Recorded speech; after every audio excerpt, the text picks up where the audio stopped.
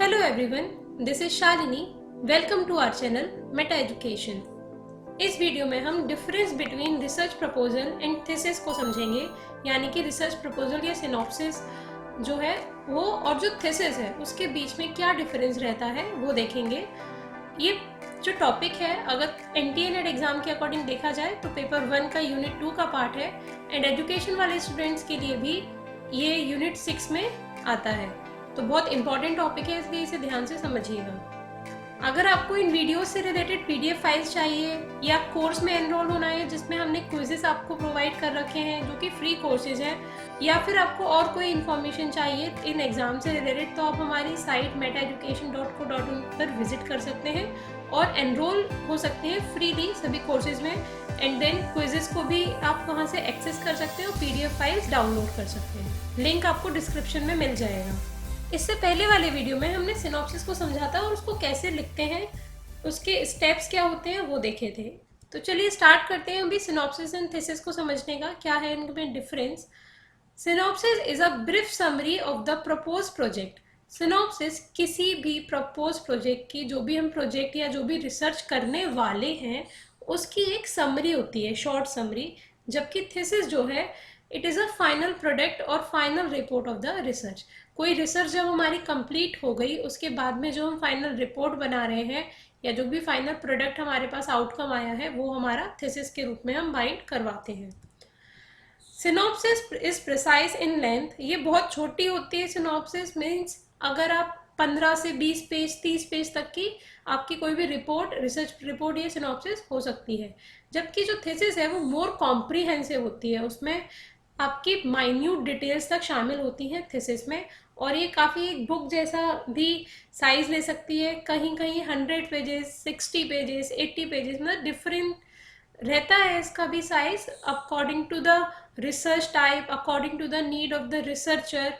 तो उनके अकॉर्डिंग एक वेरी करती है कि कितने पेजेस में होंगे, बट ये बहुत कॉम्प्रिहेंसिव होती है। It includes all minute details, जो भी आपके ड्यूरेशन, PhD के ड्यूरेशन में या जो भी आपके रिसर्च के ड्यूरेशन में आई है वो सारी माइन्यूट डिटेल्स थीसिस में शामिल होती हैं, इसलिए ये बहुत कॉम्प्रिहेंसिव होती है नेचर में। Include only major points, synopsis में केवल मेजर पॉइंट्स शामिल रहते हैं कि इंट्रोडक्शन क्या हो गया, हाइपोथेसिस, ऑब्जेक्टिव्स, और इसमें आप क्या मेथड यूज़ करेंगे, कौन से टूल्स लेंगे, ये सारी चीज़ें मेन जो चीज़ें हैं वो सिनॉप्सिस में रहती हैं। जबकि थीसिस में बहुत माइन्यूट डिटेल्स भी शामिल होती हैं। अब टूल्स आपने लिए हैं तो टूल्स का पूरा डिटेल रहेगा कि कौन कौन से टूल्स लिए हैं, उनकी क्या रिलायबिलिटी, वैलिडिटी है, ये सारी चीज़ें आपकी थीसिस में शामिल होंगी। और वैसे ही आपने अगर जो प्रोसीजर यूज़ किया उस प्रोसीजर की ड्यूरेशन क्या रही, उस प्रोसीजर को आपने कैसे किया, वो उसमें जो भी माइन्यूट सारी चीज़ें आई हैं वो आप थीसिस में लिखते हैं। It is a kind of proposal, जैसे बताया सिनॉप्सिस एक टाइप का प्रपोजल है, जबकि it is a kind of final report. Thesis एक फाइनल रिपोर्ट है। It describe what the researcher intends to do and why. Synopsis ये बताती है कि रिसर्चर क्या करना चाहता है फ्यूचर में, मतलब पहले रिसर्च नहीं हुई है सिनॉप्सिस लिखने से पहले, सिनॉप्सिस लिखने के बाद में वो अपनी रिसर्च स्टार्ट करेगा, तो इसलिए सिनॉप्सिस ये बता रही है कि रिसर्चर क्या करना चाहेगा फ्यूचर में, वो कैसे करना चाहेगा और क्यों करना चाह रहा है, पर्पस क्या है उसका इस रिसर्च को करने का, प्रोसीजर क्या रहेगा उसका इस रिसर्च को करने का, ये सारा कुछ सिनॉप्सिस बताती है। जबकि थीसिस क्या बताती है, it describe what the researcher has done, researcher ने क्या कर दिया, अपनी रिसर्च में क्या किया है उसने, वो सारी चीज़ें बताती है।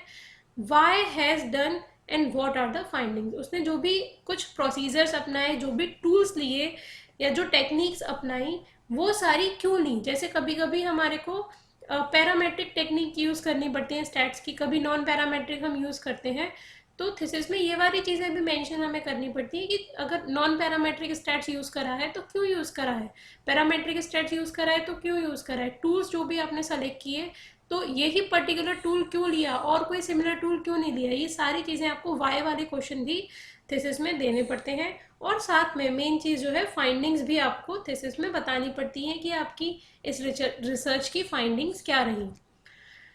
Synopsis written at the beginning of a research project के शुरुआत में सिनॉप्सिस लिखी जाती है, जबकि thesis written after the completion of the whole research project, जबकि जो थीसिस है वो आपका जब पूरा रिसर्च खत्म हो गई उसके बाद में आप उसे लिखते हैं और सबमिट करते हैं।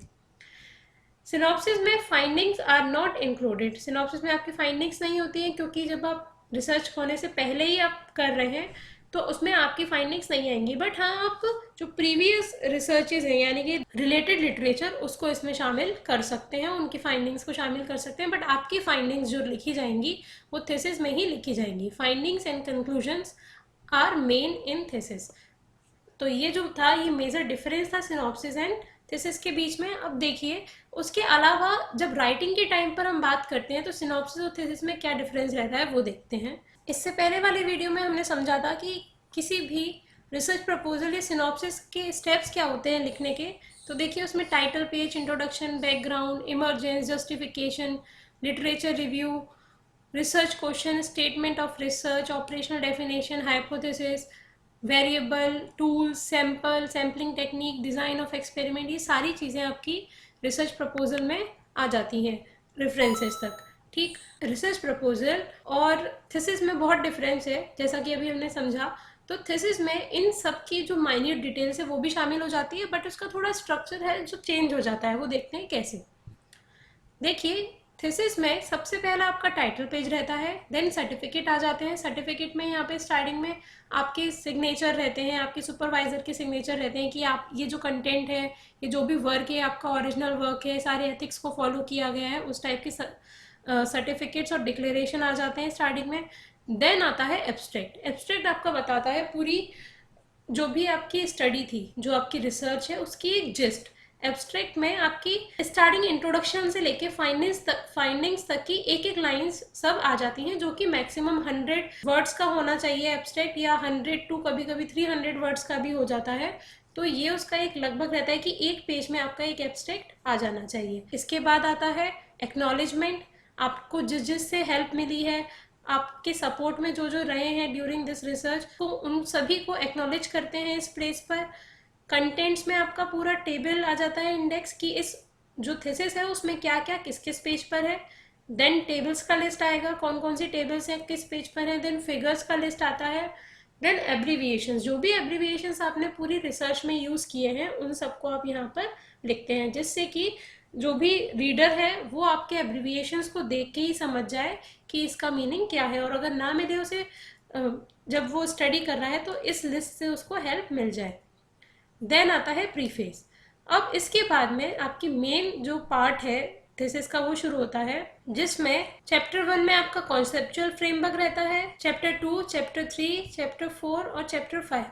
मेनली जो स्ट्रक्चर है इंडिया के अकॉर्डिंग अगर देखें तो यहाँ पर हम 5 चैप्टर का जो है कॉन्सेप्ट फॉलो करते हैं, जिसमें कि फर्स्ट चैप्टर आपका कॉन्सेप्चुअल फ्रेमवर्क, यानी कि जो भी आपने जैसे सिनॉप्सिस में जो आपने सारी चीज़ें बताई, एक पूरा जिस था आपकी पूरी जो रिसर्च है उसका एक आइडिया वहाँ से लग गया।